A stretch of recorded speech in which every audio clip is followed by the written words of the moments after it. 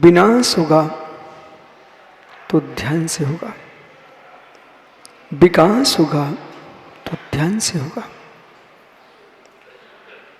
शुभ ध्यान है तो विकास है, दुर्ध्यान है तो विनाश है।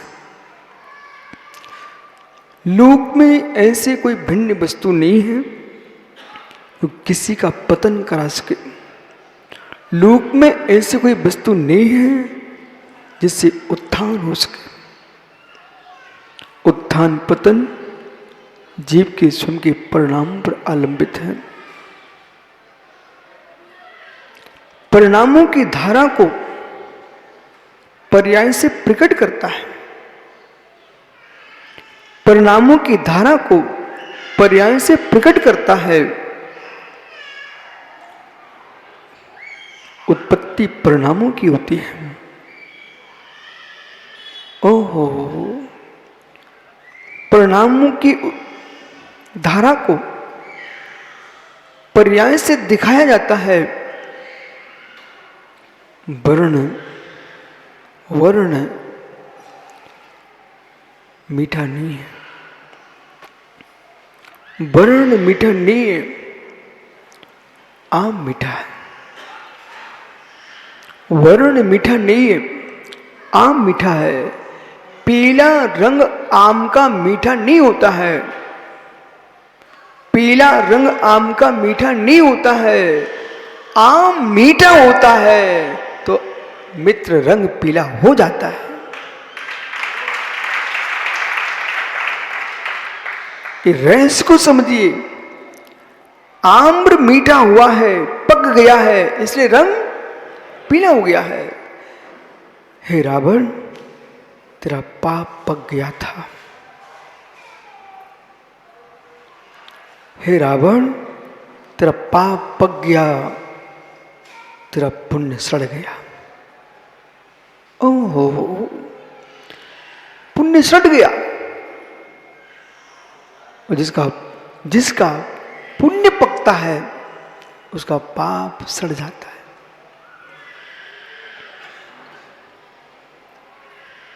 थोड़ा ध्यान से सुनना।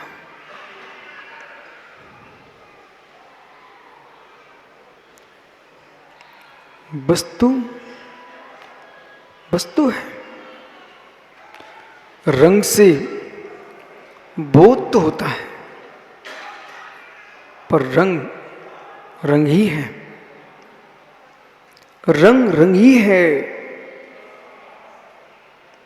पर्याय दिखा रही है आप ऐसे हो। पर्याय दिखा रही है आप ऐसे हो। पका फल आम का बता रहा है कि आम पक चुका है, पर रंग से आम नहीं पका। रंग से, पीले रंग से, अशोक भैया, जिनेश भैया, पीले रंग से आम नहीं पका। आम तो पाल में लगने से पका है। ज्ञानी कोई नरक में दिख रहा है, कोई पशु दिख रहे हैं, गाय बैल भैंस बने दिख रहे हैं, कोई मनुष्य दिख रहे हैं। मनुष्यों में कोई सवर्ण है, कोई असवर्ण है, ब्राह्मण है, क्षत्रिय है, वैश्य है, जैन है, शूद्र है। ये भेद भगवान ने नहीं किए। भगवान ने न क्षत्रियों को जन्म दिया, भगवान ने न ब्राह्मणों को जन्म दिया, भगवान ने न वैश्यों को, न शूद्रों को जन्म दिया है। भगवान ने किसी को जन्म नहीं दिया। भगवान तो देख रहे थे विश्व प्रधान। हे मित्र, विश्व कर्म प्रधान है और कर्म प्रधान यदि विश्व है तो विश्व कर्म प्रधान कर रखा। जो जस करही सो तस फल चाखा। परमात्मा ने विश्व को नहीं बनाया, परमात्मा ने विश्व को देखा है। भगवान ने विश्व का निर्माण नहीं किया, भगवान ने विश्व को जाना है। भगवान देख रहे थे तुम बेटा क्या कर रहे हो। भगवान देख रहे थे। क्या गेहूं का बीज नहीं बोया? किसी किसान को बीज बोते देखा आपने? वो हल के ऊपर मुट्ठी बंद है, मुट्ठी बंद है। वो बीज किस में डाल रहे हो दिनेश भाई? नाड़ी पर बीज डाल रहे हो और बीज सीधा जमीन में जा रहा है, किसी को नहीं दिख रहा है कौन सा बीज बो रहा है किसान। लेकिन मत परेशान हो, मत परेशान हो कि मैं पूछने जाऊं भैया तुम ज्वार बोझ रहे कि बाजरा बो रहे हो कि गेहूं बोझ रहे कि जवा बोझ रहे, क्या बोल रहे? नहीं पूछना मुझे, इतने समय नहीं हमारे लिए पूछने का। पर रास्ते पर चलते रहना, वहीं से गुजरना, वहीं से गुजरना। संजय सुखदा, एक दिन ऐसा आएगा तुमको पूछना नहीं पड़ेगा किसान ने क्या बोया था। मुट्ठी बंद करके बोया जा सकता है, मिट्टी में दाना छुपाया जा सकता है, पर बालों को कहां छुपाने जाओगे? किसान ने बीज बोया है, मुट्ठी बंद करके बोया है, नाड़ी पर हाथ रख करके एक एक दाना टपकाया है, बिल्कुल मिट्टी में छुप गया है दाना, नहीं दूर से दिखता क्या बोया है। लेकिन जिस दिन वे गेहूं उगेंगे और बालें आएंगी पूरे खेत में चांदी से चमकेंगी, सोने जैसी बालें, तो अपने आप मालूम चल जाएगा कि इसमें बोया क्या है। ऐसे मित्र, चाहे तुम पुण्य करो छुप करके, चाहे पाप करो छुप करके, बाजरा बोगे तो बाजरा की बालें आएंगी और गेहूं बोगे तो गेहूं की बालें आएंगी। पुण्य करो तो पुण्य दिखेगा और पाप करो तो पाप दिखेगा। समय बताएगा, हर व्यक्ति को समय देना चाहिए। बंगला जी, समय देना चाहिए। किसी के बारे में अशुभ मत सोचो, अशुभ मत करो। आपके प्रति कोई अशुभ कर रहा है ना, तब भी तुम अशुभ मत करो, समय पर छोड़ दो, समय पर छोड़ दो। विश्व में, ब्रह्मांड में, लोक में समय सबका उत्तर देता है, समय सबका उत्तर देता है, समय सबका उत्तर देता है। इसलिए किसी से मत पूछो कि विजय पूछता नाई से बार बार कि मेरे सिर में कितने बाल श्वेत हैं, कितने काले हैं। क्यों तुम परेशान हो पूछ रहे बार बार नाई से कितने श्वेत हैं कितने काले? 2 मिनट ठहर, सब नीचे गिरेंगे, गिन लेना कितने सफेद हैं कितने काले हैं। अब नाई से पूछ रहे हैं, बोले भाई बताओ ना कितने गोरे कितने काले बच्चे हैं? नहीं, सब नीचे टपकने वाले हैं। ऐसे मित्र मत पूछो भगवान से, मत पूछो किसी साधु संतों से मेरा क्या होने वाला है। चिंता मत करो, जो तुमने बोया है वही उगने वाला है।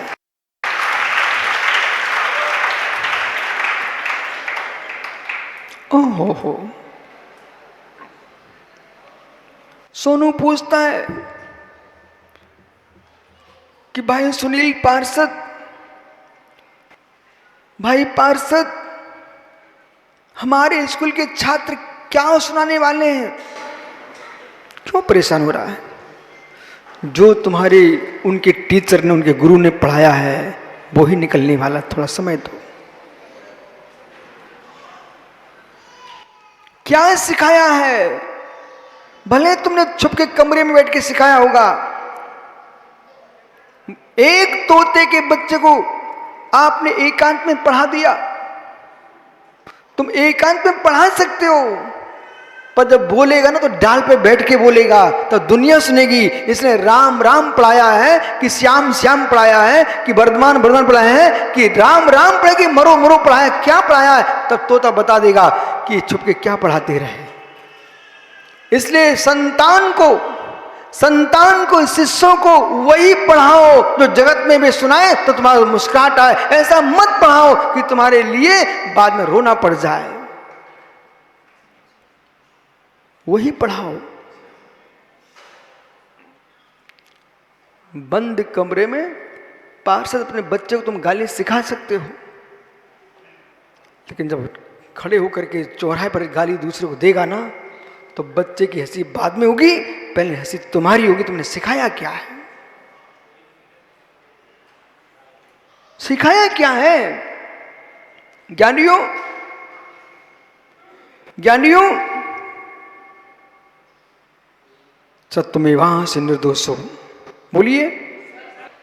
इनको श्लोक पढ़ाया गया है, इनके मुख से श्लोक निकला है, इनको गाली सिखाई जाती। पशु पक्षियों त्रियंचों के नाम लेना सिखाते तो यही बोलते। इसलिए शिष्यों के लिए गुरु का कर्तव्य है दूसरों को भी गाली देना मत सिखाएं। जब दूसरे नहीं मिलेंगे तो तुम्हारे शिष्य तुमको ही गाली बकेंगे।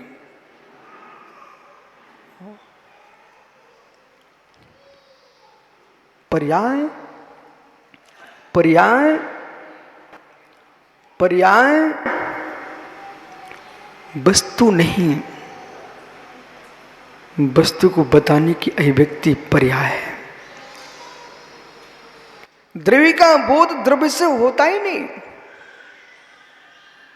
द्रव्य का बोध सुखदा द्रव्य से होता ही नहीं,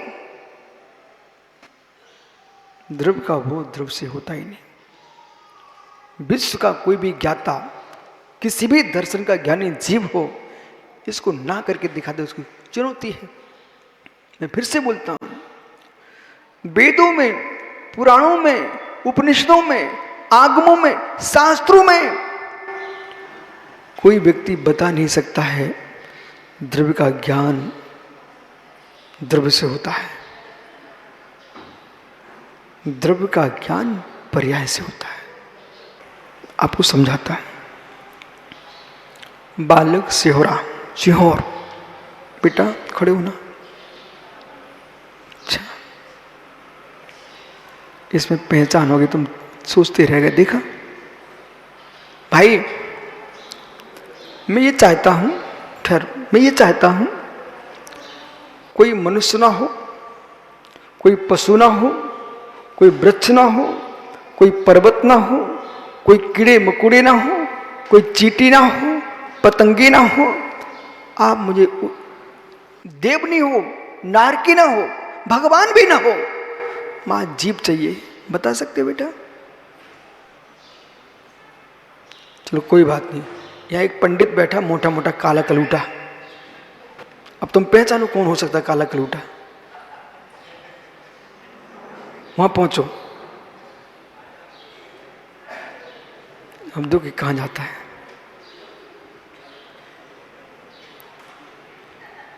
जय जिनेंद्र कर लो। देखो बंगेला, ये लक्षण से लक्ष्य के पास पहुंच गया। व्यक्ति का नाम लेने की आवश्यकता नहीं है। समझ गया? 1 मिनट के अंदर मैंने ये कहा, तुम जाओ बेटा, जब काला कलूटा बैठा हो तो मित्र बंगला मुस्कुरा के तो पर्यायी परिचय देती है। ज्ञानी है। अब सुनिए ध्यान से, लक्षण बता दो, परमात्मा का पता मत बताइए, परमात्मा का लक्षण बता दो, जी परमात्मा पहुंच जाएगा।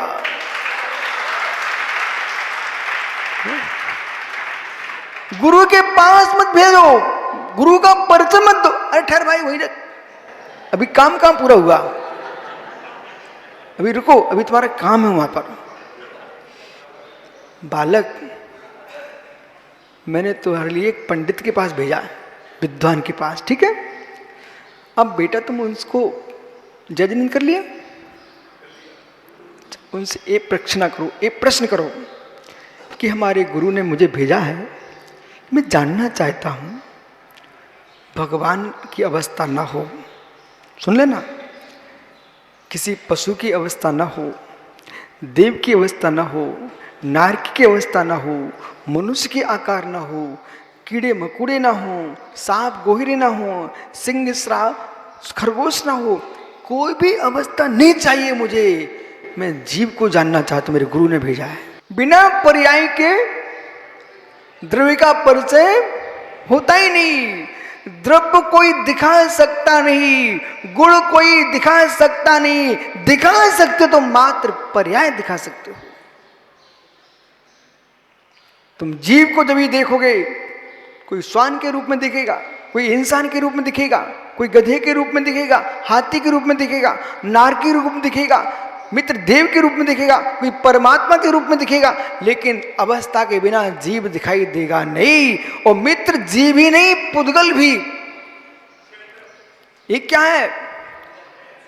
पेंसिल, ये द्रव्य है, ये पुद्गल द्रव्य है। मीटर, ये पुद्गल है, ये द्रव्य है, लेकिन इसको भी तुम पेन की अवस्था में देख रहे हो, इसको भी तुम पेन की अवस्था में देख रहे हो। बिना अवस्था के वस्तु का बोध। बहुत बढ़िया, अब तुम सब पंडित हो गए हो। अभी तक तो टीकमगढ़ पंडितों की गांव कहलाता था। मित्र, पंडितों के गांव वाले सब एक किनारे बैठे, देखो आप। मित्र, तो द्रव्य, द्रव्य, हो, इस पर चिंतन चला जाए बालक से। और आपने कैसे जान लिया कि इसी कलूटी के पास जाना चाहिए? साथ में विशेषण लगा हुआ था कि पंडित होना चाहिए। तो बेटा, सेठ का चेहरा, नेता का चेहरा, विद्वान का चेहरा, साधु का चेहरा, श्रमिक का चेहरा, व्यापारी का चेहरा, कृषक का चेहरा अपने आप बताते हम एक श्रमिक हैं, हम व्यापारी हैं। कर्मचारी का चेहरा और साधु महात्मा का चेहरा, चेहरे पर लिखा होता है ये जीव कौन है। इतना ही नहीं, तुम क्या सोच रहे हो, क्या करके आए हो, ये चेहरे पे आ जाता है। पढ़ने वाला चाहिए, पढ़ने वाला चाहिए। यही निमित्त ज्ञान है, यही अनुमान प्रमाण है, अनुमान प्रमाण है। लाखों मनुष्यों के बीच में जियो, लघुनंदन सबके चेहरे पढ़ो,